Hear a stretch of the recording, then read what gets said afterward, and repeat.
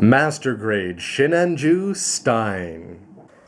Hey, what's up again, everybody? It's Robert184, 2Rs, 2Bs, gundam.tk, and you've already seen the unbox and the parts here for the Master Grade Sinanju Stein, and they are looking pretty cool, but parts on a table are not as exciting as the mobile suit that they will soon turn into, so let's take a look and see exactly how this is going to work out.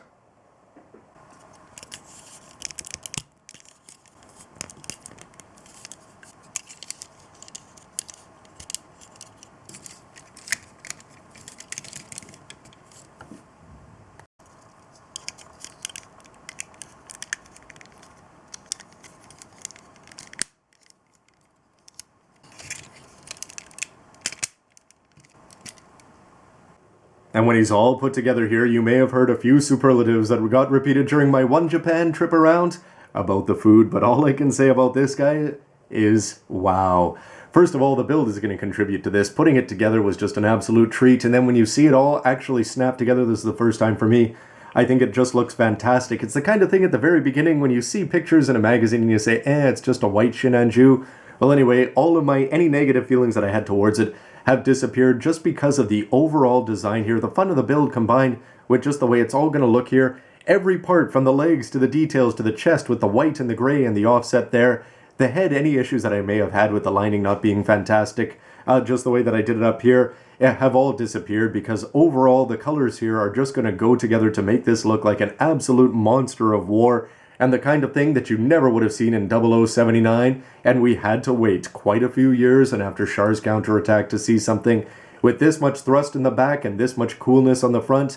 The water slides are definitely going to help break up the white, but really the white doesn't need to be broken up because of the gray. Overall, I'm very impressed. How about you? For posability now, you can see with the lower legs that the skirts are going to come just up a little bit and the side skirts as well. You're not really going to have any problems here bumping in between that I thought that you might have. The legs are going to come up like this, so you can do a red comet kick if you wanted. That nice bend in the knees, if you get the skirts out of the way, is going to go there. These parts are going to move around an incredible amount there, and the ankles, as you saw in the parts video, are going to move very, very well. And for side splits, not all that bad. For the waist section though, don't expect anything too fancy, as it's only going to rotate around there, and remember that even though he seems to move there, it doesn't want to stay in place. Nothing too fancy there, but the arms itself are going to pop out very nicely there, and they can come all the way up there. So you can see some great stuff there. The shoulders themselves can also move independently, so you're pretty much not going to be limited in any way, shape, or form what you can do with those. And the arms can come up, and he can scratch his thin chin thoughtfully. One common complaint heard around the webs is that the Sinanju couldn't hold his weapons very well, but if you detach the hand here and plug this in, hopefully he's not going to have any problems. You gotta wonder though just for a minute about the weight. But armed up, it's going to be good and bad because that is definitely a BFG over there in his right arm. You can see though that the actual barrel is going to go down below the ground there, so the rotating turntable here is just absolutely perfect for it. Getting the skirt back down out of the way. One problem though is that you're going to notice that when you attach on the shield and it's on that beam saber portion that's designed to come out, you can guess that it's going to cause a little bit of problems, but so far it seems like weight might be an issue even before we get to the posing. And Amuro, if only you hadn't become MIA, this BFG could have been yours, not to mention this monstrous mobile suit over here. Perhaps, I'm sure you can spin, everybody can spin their own MSV tail. But you can see that the head height of the Sinanju Stein is going to be absolutely massive. And if you just check out the bulk of the legs here compared to the old skinny ones here, on the great granddaddy RX-78-2 himself, not to mention the shield size, and overall you just see a difference in that mid-UC size boom. And though it would be decades later that Universal Century would finally develop its own pirate culture, here it is next to the Master Grade Age 2 Dark Hound. Even though they're about identical in height though, the Master Grade Sinanju Stein is going to be significantly cheaper than Master Piece Grade Soundwave. And we'll see how long this lasts, but actually the high beam rifle here is not collapsing downwards, although it took a few tries there, just twisting the arms in various directions, and over time it may come down. You are still going to have the problem here with the shield of being V2-ish and protecting the back, and overall you're going to have to twist it a little bit awkwardly, which is only going to cause problems with that beam saber compartment there, just having it fall off. And overall, these forearm parts, the light gray has fallen off, but nonetheless, overall in terms of looks, that is a good pose, and he hasn't even left the ground yet. Unfortunately, if you want to go for something of a just a plain gun up in the air there, even if you try to butt it into the shoulder there so that it's actually going to stay in place, it may work out there for a while, but it's not going to stay too securely. Just fell down and continues to do so. And that's something you don't want to happen too often. Sort of good that the hand cover is falling off there, because you can see that some of the weight problems here are going to be coming from this gray part that you may want to you probably have to separate occasionally, because otherwise it's going to bump into the forearm part there. But you can see that that's definitely the weak link in terms of keeping this heavy gun in place. Firing the beam cannon out of the shield is going to be okay there, as it can twist around, if only he had a stand popping over his shoulder. But if you do want to do various experiments, you can get the high beam to work out there. But probably something that I'm a little bit surprised about is if you consider just how flexible those legs are.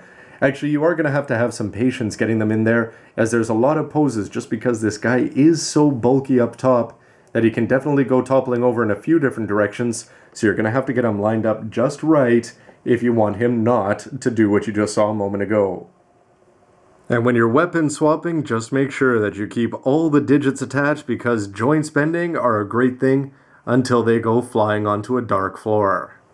But if you're tired of the Earth's gravity pulling you down, an action-based one is going to be your friend with the custom attachment part that you can see on there. And this is just going to allow, of course, you can have these thrusters off in different directions when he's on the ground. It's just going to be a lot more impressive when he's up in the air.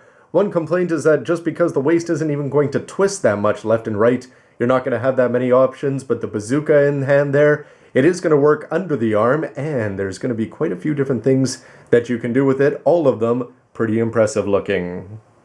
But he is going to pull off the holy grail of bazookas here for Gundams, which is getting it over the shoulder in a way that's not ridiculously tricky to get it there. You can do lots of different things with the legs, and those thrusters can be twisted again all over the place. But the bazooka is going to be in hand in here, thanks in no small part to the hand, which was problematic before because of its posability. But because the grip is actually going to be bent at quite a strange angle there, and the fact that the hand is going to be able to move him around, looks like this guy is going to be packing quite a punch no matter how you arm him up. Beam sabers in hand, their regular style, are going to look good, and the pegs are going to help keep them there.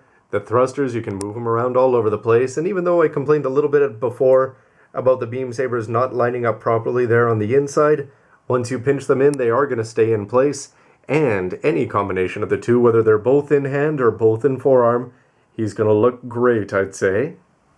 And just for another set of comparisons, you can see just how big and bulky he is.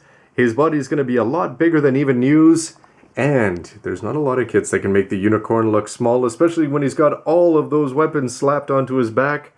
But this is a very cool look at the middle of the Universal Century, and something that I think is a lot of fun to line up on your shelf. So that's going to wrap up my look at the mobile suits here for the Sinanju Stein. Lots of pros, lots of play options, and some cool weapons, but more importantly, it's the good looks that are going to get him there. However, there are some downsides, so stick around for the final verdict, where you'll hear a whole list of good and bad, and of course, I'd love to hear your opinion right now with a comment down below. Thanks for watching, everybody. See ya.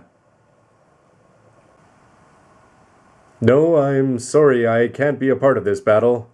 There's just something inappropriate about our color schemes.